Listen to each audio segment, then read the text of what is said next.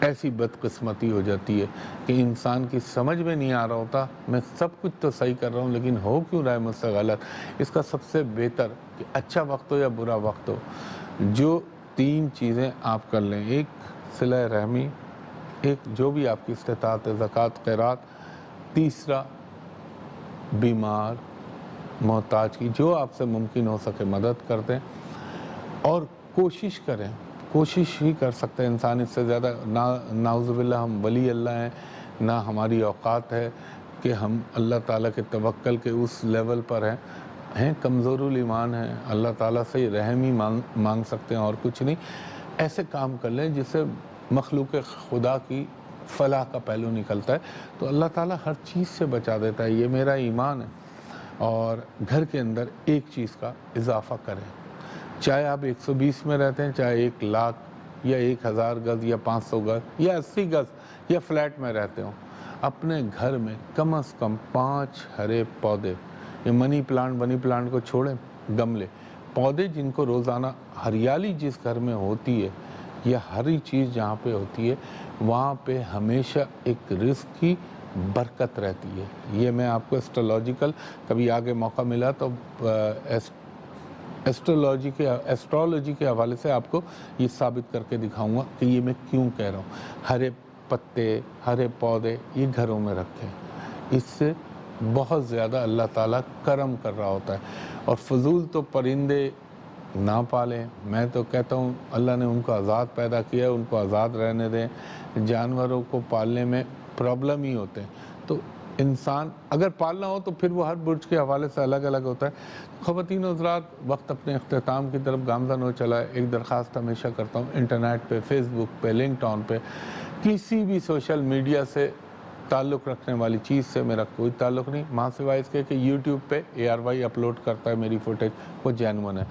تو فیس بک پہ اور انٹرنیٹ پہ کبھی اپروچ نہ کیجیے گا، میرے نام سے دھوکے باز اور فیک جعلی جو ہیں وہ لوگ بیٹھے ہوئے، ان تک اپروچ نہ کیجیے۔ مجھ تک اپروچ کرنے کے 2 ہی طریقے ہیں، ایک ARY ڈیجیٹل پہ جب پروگرام کر رہا ہوتا ہوں، اور دوسرا میرا آفس ہے جہاں میں بیٹھتا ہوں، اس کے علاوہ کہیں نہیں بیٹھتا، صرف ایک آفس ہے۔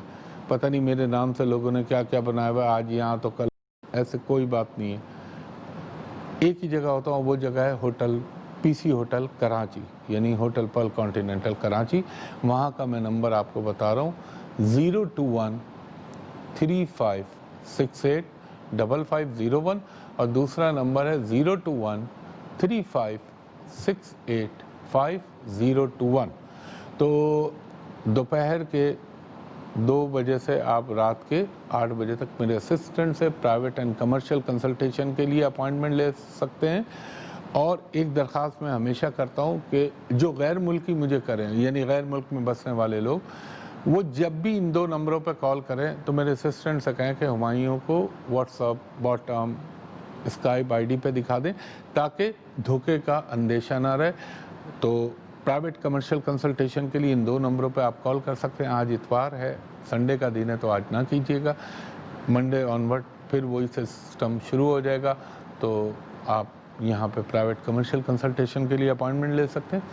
اور خواتین و حضرات، اس دعا کے ساتھ کہ اللہ تعالیٰ ہر آنے والا لمحہ میرے ملک پاکستان کو، میری پاکستانی قوم کو، پاکستانی فوج کو تقویت دے، مستحکم کر کے انشاءاللہ ہم دشمنوں کو بھرپور جواب دے سکیں، اور پوری امت مسلمہ کو متحد کر امت مسلمہ پہ رحم مانگنا یہ ضروری سنت ہے۔ نبی کریم صلی اللہ علیہ وآلہ وسلم فرماتے تھے جب بھی مانگو پوری امت مسلمہ، اس کے بعد اللہ پوری دنیا پہ اپنا کرم کرے، لیکن انشاءاللہ میرا ملک پاکستان، خانہ کعبہ مکہ اور مدینہ کے بعد اگر میرے نزدیک دنیا کا سب سے کوئی مقدس مقام ہے تو یہ پاکستان ہے۔ اللہ اس پہ ہمیشہ اپنا کرم کرتا رہے، آمین ثم آمین۔ اگلے ہفتے آپ سے ملاقات ہوگی، تب تک کے لیے بہت شکریہ۔ اللہ حافظ، فی امان اللہ۔